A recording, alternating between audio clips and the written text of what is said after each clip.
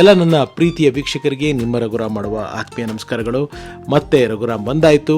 ಮತ್ತೊಂದಿಷ್ಟು ಹೊಸ ಹಾಗೂ ನೈಜ ಸತ್ಯ ಕಥೆಗಳನ್ನ ನಿಮಗಾಗಿ ತಂದಾಯಿತು. ಇನ್ಯಾಕೆ ತಡ, ಕತೆ ಹೇಳೋದಕ್ಕೆ ಪ್ರಾರಂಭ ಮಾಡ್ತೀನಿ.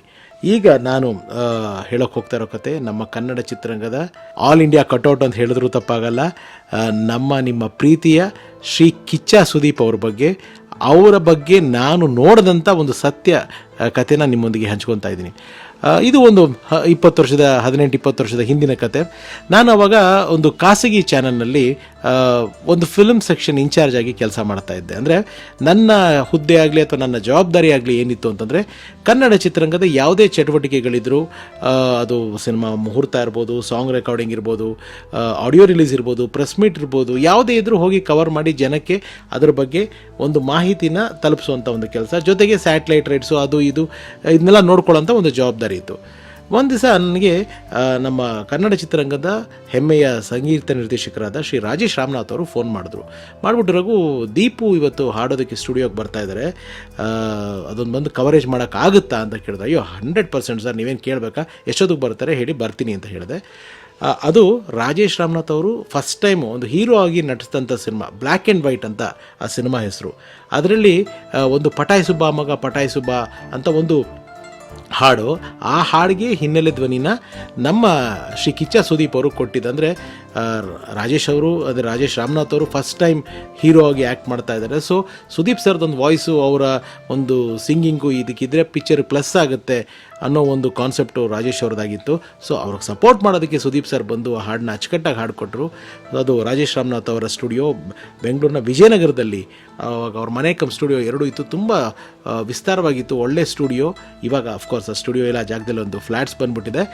ಅಲ್ಲಿ ಬಂದರು, ಎಲ್ಲ ಹಾಡಿದ್ದೆಲ್ಲ ಆಯಿತು. ನನಗೆ ಏನೇನು ಬೇಕು ಶಾರ್ಟ್ಸ್ಗಳನ್ನ ತೊಗೊಂಡೆ. ಸುದೀಪ್ ಸರ್ ಬೈಟ್ ಸಿಕ್ತು, ರಾಜೇಶ್ ರಾಮನಾಥ್ ಅವರ ಬೈಟ್ ಸಿಕ್ತು. ಅವರೇ ಮ್ಯೂಸಿಕ್ ಡೈರೆಕ್ಟ್ರು, ಕಂಪೋಸರು ಆಗಿದ್ದರಿಂದ ಅದೆಲ್ಲ ಆಯಿತು. ಎಲ್ಲ ಆಗಿ ಒಂದು ಟೀ ಕುಡಿತಾ ಕೂತಿರ್ಬೇಕಾದ್ರೆ ರಾಜೇಶ್ ರಾಮನಾಥ್ ಅವ್ರು ಬಂದ್ಬಿಟ್ಟು, ದೀಪು, ಹೊಸ ಡೈರೆಕ್ಟ್ರು ಬಂದಿದ್ದಾರೆ, ಒಂದು ಸಿನಿಮಾ ಮಾಡಿದ್ದಾರೆ, ರೆಕಾರ್ಡಿಂಗ್ ಮಾಡ್ತಾಯಿದ್ದೀನಿ, ಆಲ್ಮೋಸ್ಟ್ ಫಿನಿಷಿಂಗ್ ಸ್ಟೇಜು, ಒಂದು ರೀಲ್ ತೋರಿಸ್ತೀನಿ, ಬನ್ನಿ ನೋಡಿ, ಅವ್ರು ಎಷ್ಟು ಚೆನ್ನಾಗಿ ಮಾಡಿದ್ದಾರೆ ಆ ಡೈರೆಕ್ಟ್ರು ಅಂತ ಹೇಳ್ತಾರಾಗೇನೆ ಸುದೀಪ್ ಸರ್ ಹೋಗಿ ಆ ಒಂದು ವಿಜುವಲ್ಸ್ನ ನೋಡಿದ್ರು. ಇವ್ರೇನು BGM ಮಾಡಿದ್ದಾರೆ, ಬ್ಯಾಕ್ಗ್ರೌಂಡ್ ಮಾಡಿದ್ದಾರೆ, ಆ ವಿಜುವಲ್ಸ್ನ ನೋಡಿದ ತಕ್ಷಣ ಇಮಿಡಿಯೇಟಾಗಿ ಆಚೆ ಬಂದು, ರಾಜೇಶ್, ಈ ಡೈರೆಕ್ಟ್ರನ್ನ ಸಂಜೆ ನಮ್ಮ ಮನೆಗೆ ಬಂದು ನಾನು ಮೀಟ್ ಮಾಡೋದಕ್ಕೆ ಹೇಳಿ ಅಂತ ಹೇಳ್ಬಿಟ್ಟು ಅಲ್ಲಿಂದ ಹೊರಟರು. ಯಾರ ಡೈರೆಕ್ಟ್ರು?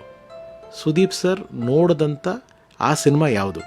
ಅದೇ ಇವತ್ತಿನ ಕನ್ನಡ ಚಿತ್ರರಂಗದ ಒಬ್ಬ one of the successful director, ಒಂಥರ ನಾವು ಕನ್ನಡದ ವಿಕಟ ಕವಿ ಅಂತ ಕೂಡ ಕರಿತೀವಿ, ನಮ್ಮ ಪ್ರೀತಿಯ ಯೋಗರಾಜ್ ಭಟ್ ಸರ್ ಅವರ ನಿರ್ದೇಶನದ ಮೊದಲನೆಯ ಚಿತ್ರ ಮಣಿ ಸಿನಿಮಾದು ಕೆಲವು ಪೋರ್ಷನ್ಸ್ನ ರಾಜೇಶ್ ಸರ್ ಏನೇನು ರೆಕಾರ್ಡಿಂಗ್ ಮಾಡಿದ್ರು ಅದನ್ನು ಸುದೀಪ್ ಸರ್ ನೋಡಿ ಯೋಗರಾಜ್ ಭಟ್ ಸರ್ನ ಮೀಟ್ ಮಾಡೋಕ್ಕೆ ಹೇಳುವಂಥ ಸಂಜೆನೇ ಮೀಟಿಂಗ್ ಮಾಡಿದ್ದಾರೆ.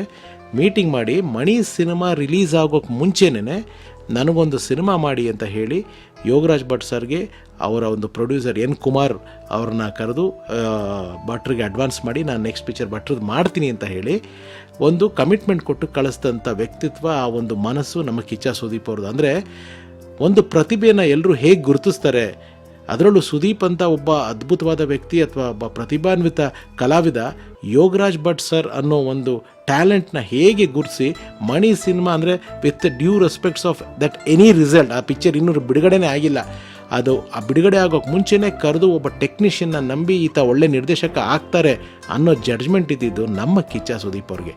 ಆ ಸಿನಿಮಾನೇ ರಂಗ SSLC.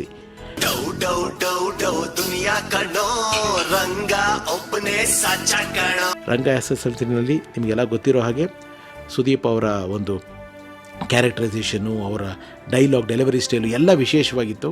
ಸೊ ಮಣಿ ಸಿನಿಮಾದ ರೆಕಾರ್ಡಿಂಗ್ ಬಿಟ್ಟನ್ನು ನೋಡಿ ಬ್ಲ್ಯಾಕ್ ಆ್ಯಂಡ್ ವೈಟ್ ಸಿನಿಮಾ ಚಿತ್ರದ ಹಾಡನ್ನು ಹಾಡೋಕ್ಕೆ ಹೋಗಿ ರಂಗ SSLC ಸಿನಿಮಾ ಹುಟ್ಟೋದಕ್ಕೆ ಒಂದು ಕಾರಣ ಆಯಿತು ಅಂತ ಹೇಳಿದ್ರೆ ತಪ್ಪಾಗಲ್ಲ. ಸೊ ಇದಾಗಿತ್ತು ಈ ಕತೆ ನಿಮ್ಗೆ ಇಷ್ಟ ಆಗಿದೆ ಅಂತ ತಿಳ್ಕೊಂಡಿದ್ದೀನಿ. ನಿಮಗೆ ಇಷ್ಟ ಆಗಿದರೆ ನಮ್ಮ ಶ್ರಮ ಸಾರ್ಥಕ ಅಂತ ತಿಳಿಸ್ತಾ, ಮತ್ತೊಮ್ಮೆ ನಿಮ್ಮೆಲ್ಲರಿಗೂ ನಿಮ್ಮ ರಘುರಾಮ್ ಪ್ರೀತಿಯ ನಮಸ್ಕಾರಗಳನ್ನ ಹೇಳ್ತಾ, ಎಲ್ರಿಗೂ ಒಳ್ಳೆಯದಾಗಲಿ, ಸರ್ವೇ ಜನ ಸುಖಿನೋ ಭವಂತು. Love you all. ನಮಸ್ಕಾರ.